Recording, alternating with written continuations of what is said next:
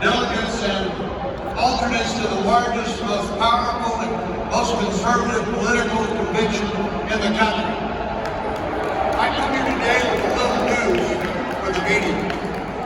They're the folks that said Robert Francis O'Rourke, who turned Texas purple in 2018, and then that Biden would turn Texas purple in 2020. As you know, we are still red. And I have a little more news. Robert Francis O'Rourke is the guy who lost to Ted Cruz, and then who lost the presidential nomination, and now has been reduced to using tragedies like Uvalde to grandstand for the media and left-wing toilet bowl. Let's face it, NATO is not turning Texas purple. It's not turning it green or any other color for that matter. Because of our governor will wipe the floor with him and end his political career once and for all.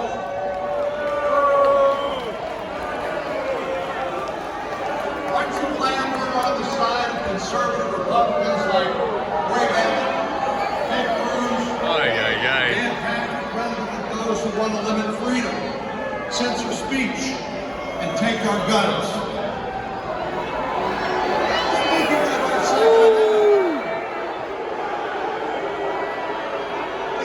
It seems like a tough crowd.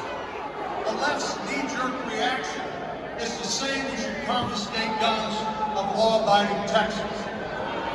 Beto, to his credit, actually said the quiet part out loud. They're coming for your ARs and your shotguns.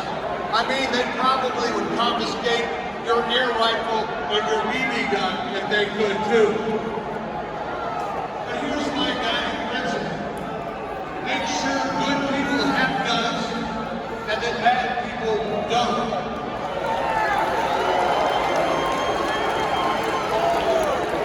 I'm passionate, as you are, about something called the United States Constitution. I have sworn an oath many times as a judge, as Attorney General, and now as a United States Senator. And every time I swore that I would protect it, and I meant it.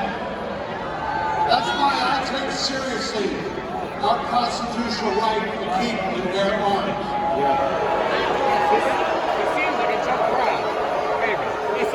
What we saw in Uvalde did not reflect the flaw in our Constitution, but the callousness of a human heart. It was pure evil, and we could all see it. I wish there was a way to legislate that we must all love one another. We have but fun? As long as evil exists, so must the Second Amendment. And if we're going to change anything in this country, it should not be the right of law-abiding Americans to keep and bear arms. That's what I made clear to my fellow senators who approached me asking me to work on mental health and school safety legislation. I said, let's see if we can find a better way of enforcing existing law and keeping guns out of the hands of criminals and the mentally ill. But I will not, under any circumstance, support new restrictions for law-abiding gun owners. That will always be my red line. And despite what some of you may have heard, the framework that we are working on is consistent with that red line.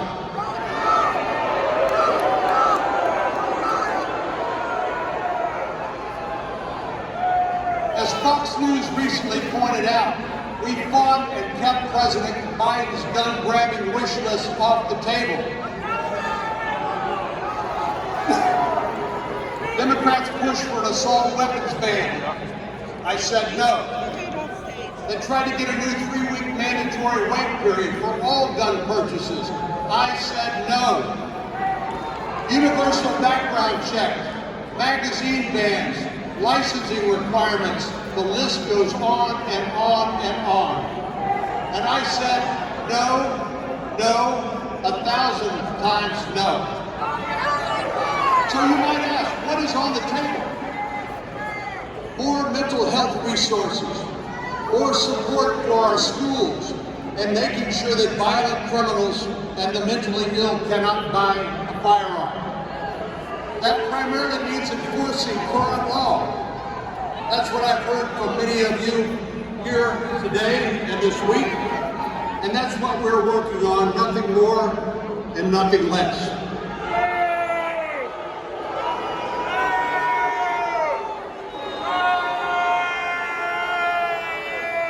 So I would encourage anyone who's passionate about the Second Amendment as I am, and who wants to get accurate information, to check my website, cornyn.senate.gov. And you can then actually read what my positions are, rather than rumor and the Twitterverse.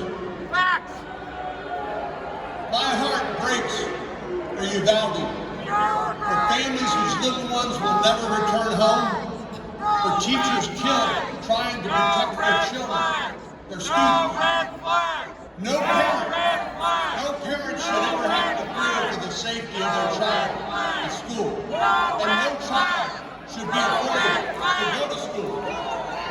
And if there's any lesson we can learn from the recent shootings, it's that America must have a reckoning with our broken mental health system. We have to take these conversations out of the shadows and into the light. We have to look out for one another and help those who, without treatment, may become a threat to themselves and others. Our efforts actually will complement the good work being done by the Texas legislature. Now, President Biden isn't happy that our list does not include his sprawling wish list, which tells me we must be doing something right. And when it comes to the left's efforts to censor speech, consider one test case. Elon Musk says that President Trump should be allowed back on Twitter, and the left loses their ever-loving mind. Yet they allow the Ayatollah of Iran and the Russian intelligence agents on Twitter, but not the former president? That's simply outrageous. It's past time to end the suppression of free speech, the shadow bans, the in-the-tank activism by big tech, and plant the flag for freedom. My friends, that's what I try to do every day on your behalf in Washington, D.C.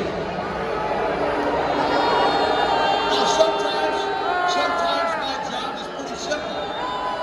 Sometimes my job is as simple as saying no. A conservatism that William F. Buckley Jr. described as standing athwart history, yelling stop. And for the record, when it comes to ideas like the Green New Deal, someone needs to yell stop. When it comes to Bernie Sanders' socialized medicine scheme called Medicare for All, someone needs to yell stop. And when it comes to canceling college loans on the back of taxpayers and the well-to-do, and walking away from your contractual obligations, someone needs to yell stop.